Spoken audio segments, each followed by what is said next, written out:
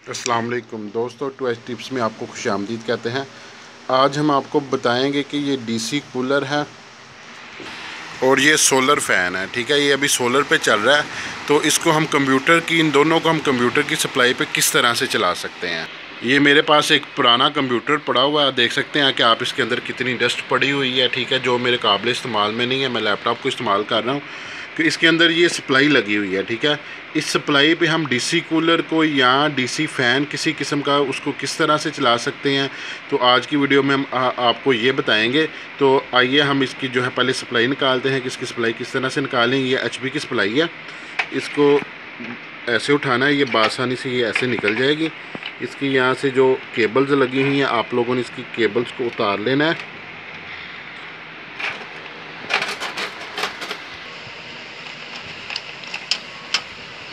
और एक ये केबल इसकी लगी है, इसको भी हमने उतार लेना है।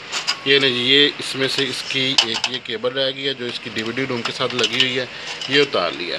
हाँ जी, सबसे पहले हमने इसकी देखनी है स्पेसिफिकेशन। ठीक है, हर सप्लाई के ऊपर लिखा होता है कि ये सप्लाई कितना सपोर्ट करती है और कहाँ तक चल सकती है। ठीक है, इसके ऊपर ये सबसे पहले लिखो है 5+ वोल्ट।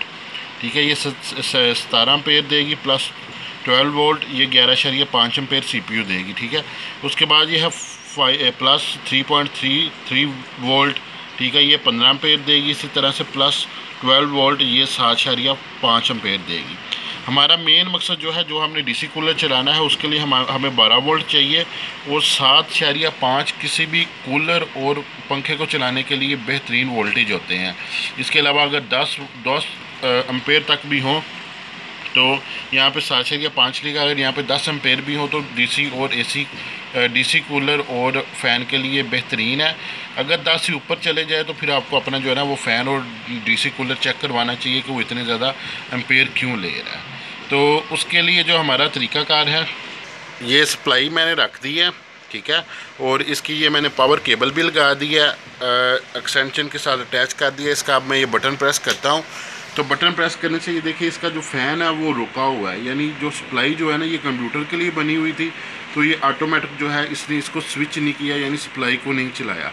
सप्लाई को स्विच करने के लिए उसका क्या तरीक़ाकार है, हम यहाँ से इसको बंद कर लेंगे। ठीक है, एक्सटेंशन को, ताकि आप लोग को किसी किस्म का कोई अर्थ वगैरह जो है इसके अंदर ना आए। इसका स्विच मैंने निकाल दिया।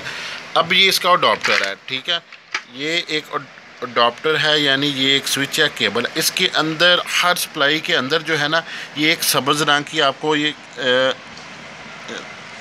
सब्ज़ रंग की आपको ये नज़र आ रही है। ठीक है, ये सब्ज़ रंग की एक वायर है, इसके साथ ये एक ब्लैक कलर की वायर है। ठीक है, ये ब्लैक भी आपको नज़र आ रही है, ये मैं आपको पकड़ के दिखा देता हूँ। ये देखें। ठीक है, ये मैंने इनको थोड़ा सा अलहदा कर दिया है। ठीक है, अब ये सब्ज़ है, या साथ इसके ब्लैक है। ठीक है, इन दोनों को यहाँ से आपने क्या करना है, अगर आपने इसको दोबारा कंप्यूटर में इस्तेमाल नहीं करना, इन दोनों को यहाँ से कट करके छील के इन दोनों तारों को आपने आपस में जोड़ देना है। अगर आपने जो है आप कंप्यूटर का दोबारा इस्तेमाल करना है तो उसके लिए मैंने ये एक जंपर तैयार किया हुआ है। ठीक है, ये जंपर मैंने तैयार किया हुआ है, तो इसकी जो ये वाली पिन है, इसके अंदर इस हिसाब से जो है ना वो ये जंपर आपने लगा देना है। ये देखें जी, ये मैंने इसके अंदर जंपर लगा दिया। ठीक है, ये देखें, ये सब्ज़ वाली जो वायर है इसके पिन के अंदर ये मैंने सब्ज़ वाले के अंदर लगा दिया, साथ ही ब्लैक वाले के अंदर मैंने इसका जंपर लगा दिया। इन दोनों वायर को अगर आप कट नहीं करना चाहते तो इन दोनों के अंदर आप ये जंपर लगा दें, इस तरह से घुमा के, तो इनका स्विच का कनेक्शन हो जाएगा। अब हम क्या करते हैं, अब हम इसका स्विच लगाते हैं। स्विच लगा के हम जैसे ही इसका बटन प्रेस करते हैं तो ये देखिएगा आप, ये आपको आवाज़ आ रही होगी, इसका जो फ़ैन है वो चल पड़ा है। ठीक है, ये अब इसका फ़ैन चल रहा है, ये ऑटो स्विच पे चली गई है, ये सप्लाई आपकी अब रेडी होगी। अब हमने क्या करना है, अब हमने इसमें से वायर ढूंढनी है कि 12 वोल्टेज की वायर कौन सी हैं जो हमारे कूलर को चला सकें।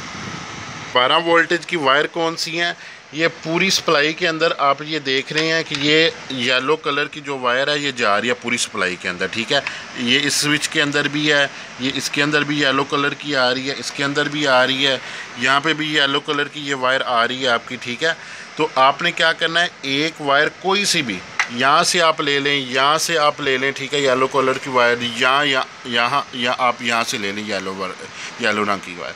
एक आपने येलो रंग की वायर ले लेनी है और एक आपने ब्लैक रंग की वायर ले लेनी है। ठीक है।